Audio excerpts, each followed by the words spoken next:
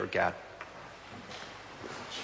I call the honourable member Darian Fenton. Thank you very much, Mr Chair. I'm going to endeavour to do my best to speak on this bill tonight, but as you can hear, I have somewhat of the lurgy that's been going around Parliament. But however, I will do my best to put my views and those of others on the record, because on this very, very important bill, the Health and Safety Pike River Implementation Bill, and it is in the context of a lot of work that's gone on. Of course, the dreadful tragedy some 3 years ago now that occurred, and bearing in mind, as we always do, the loss of life of 29 miners, the unnecessary loss of life, and the work that came out of the Pike River Commission of Inquiry, making recommendations around how we get on top of our appalling health and safety record, the sheer negligence that had developed in the mining industry, and that's what's given rise to this bill.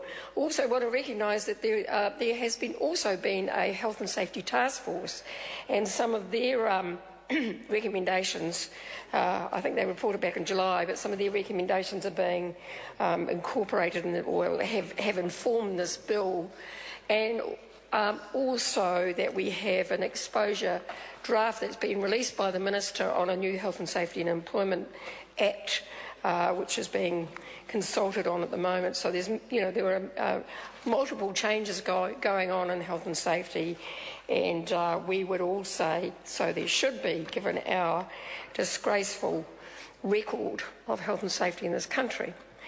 Now, the Part 1 helps establish the standalone agency called WorkSafe, which was a recommendation of the Pike River Commission of Inquiry, Pike River Mine Commission of Inquiry, but also the Independent Task Force on Health and Safety.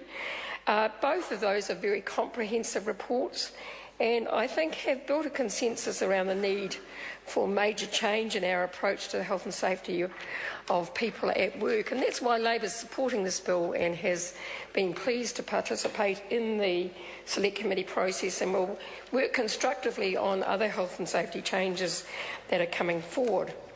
That said, I can't go far without noting that, that it's a real pity that at the same time we're really trying to tackle health and safety in New Zealand, and we're really trying to get New Zealand off the map of one of the worst health and safety death and injury records in the world. We are changing employment law that I think will only have a detrimental effect.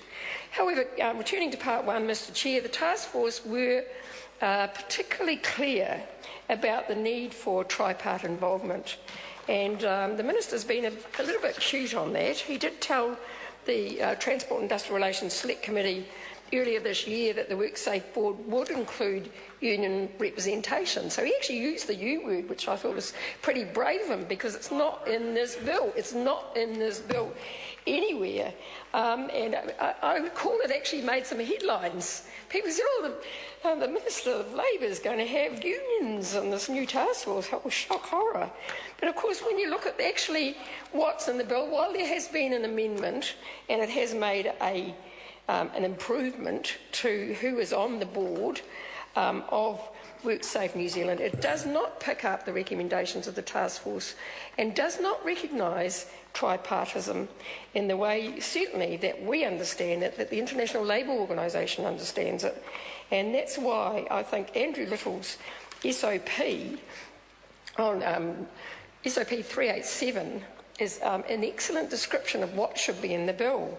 That includes 3 representatives of Business New Zealand, 3 from the Council of Trade Unions, who are the most representative group organisation of workers in this country, and 3 appointed by the Minister to represent other interests.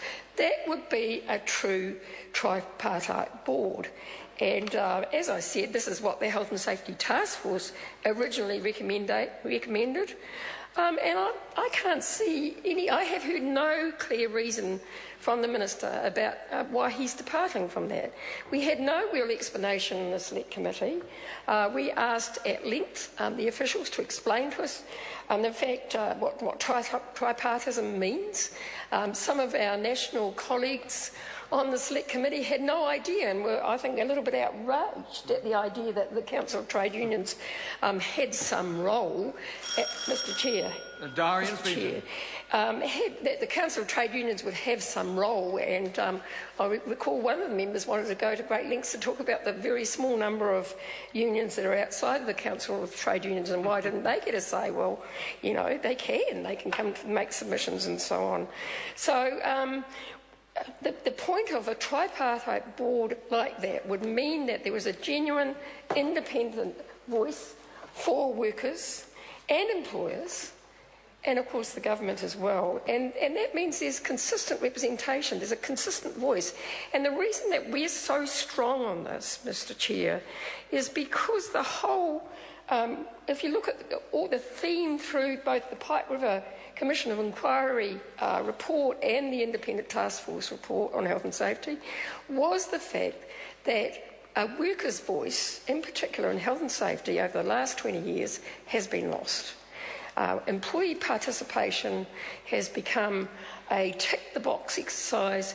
It's become something that many employers control, where workers are simply afraid to stand up and have their voices heard. And I think we've seen the consequences of that. And I don't want to keep going over how the tragedy. I would like to know from the Minister, though, if he felt obliged to get on his feet to explain why he objects to the recommendation of a tripartite board, and I'd be interested to hear his views on that.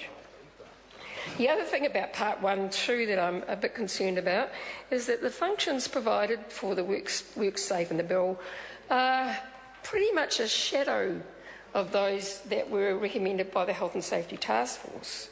For example, the agency has no power to approve codes of practice. There's no role in making or amending regulations.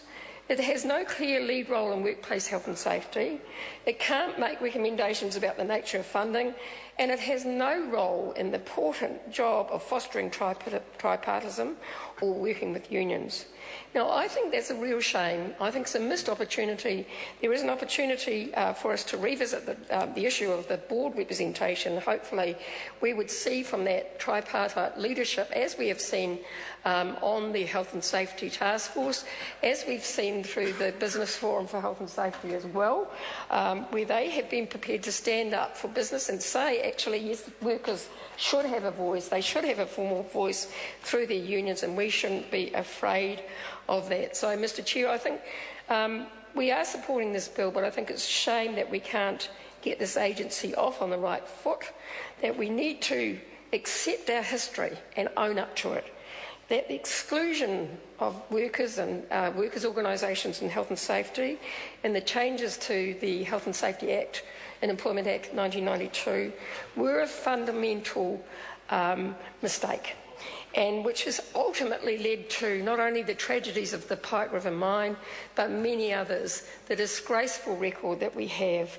the disgraceful record where we see people die every week, or who are injured every week in our workplaces.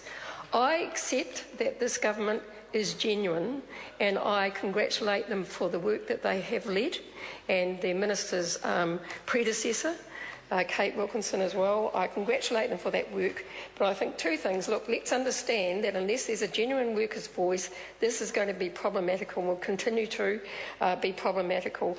And let's also, please, Minister, understand that the other changes that you are proposing to legislation are going to undermine the very, very good work that is being done in this bill.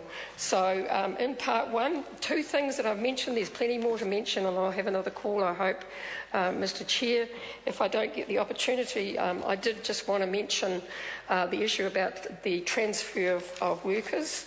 I haven't had a look at Brendan Horan's SOP. I'm sure it's good, and we'll support it. I don't know if we support it. I'll have a look at it. But what I don't want to see is a continuation of the botch-up that we've had with health and safety inspectors in the inspectorate, where we've had this change program. They've been through endless change. It was part of the problem that contributed to Pike River Mine, in fact, where they were so under-resourced they couldn't even get the travel costs to travel to inspect the mine. So let's make sure that in transferring those health and safety inspectors from the old Department of Labour, Mobi, what it's called these days, to the new agency, that those things are taken care of as well, that there is proper resourcing, that we get up to our full complement of health and safety inspectors.